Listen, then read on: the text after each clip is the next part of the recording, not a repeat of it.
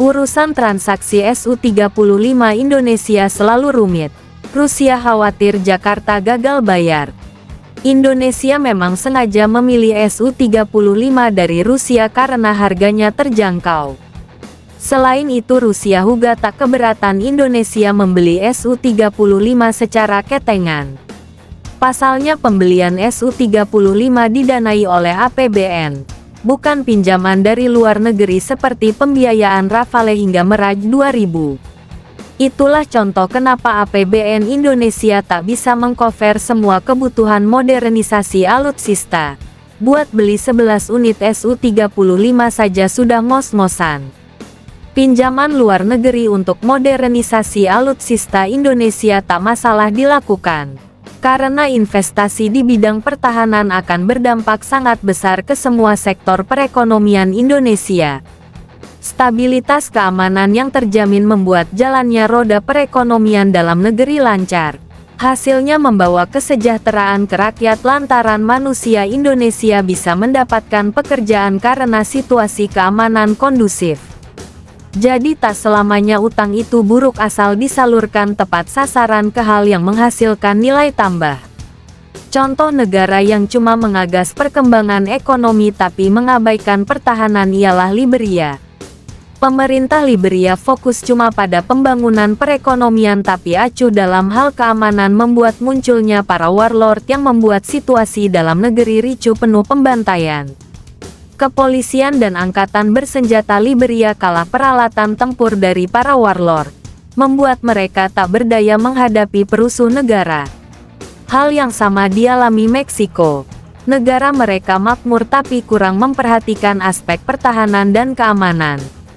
Hasilnya perang kartel narkoba mengakibatkan roda perekonomian seret menggelinding.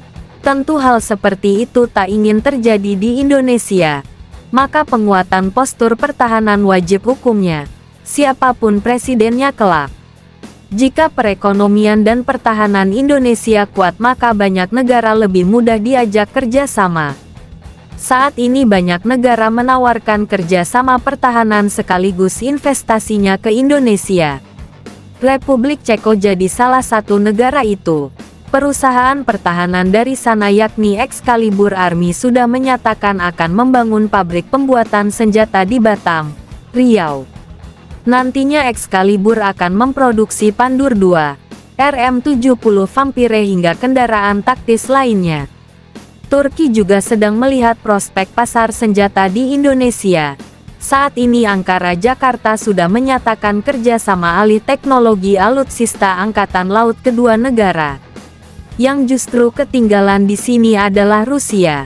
Rusia punya satu faktor kenapa lobi-lobi kerjasama pertahanannya di Indonesia seret.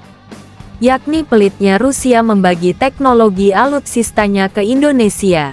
Moskow tertutup soal transfer teknologi. Lihat saja Vietnam sudah beli seabrek alutsista dari Rusia mana ada mereka diberi kemampuan membuat kapal perang atau jet tempur sendiri. Bahkan saat transaksi Su-35 dengan Indonesia, Rusia mengkhawatirkan apakah Jakarta sanggup membayar atau tidak. Mereka takut Indonesia gagal bayar. Indonesia mempunyai sistem yang rumit dalam membiayai anggaran militer. Seringkali Indonesia dihadapkan masalah dengan pembayaran, sehingga dikhawatirkan memperburuk situasi. Jelas media Rusia. Vedomosti pada tanggal 27 Desember tahun 2023. Meski pada akhirnya Indonesia tak jadi mengakuisis Su-35 namun Rusia terus mendesak transaksi harus segera dilakukan.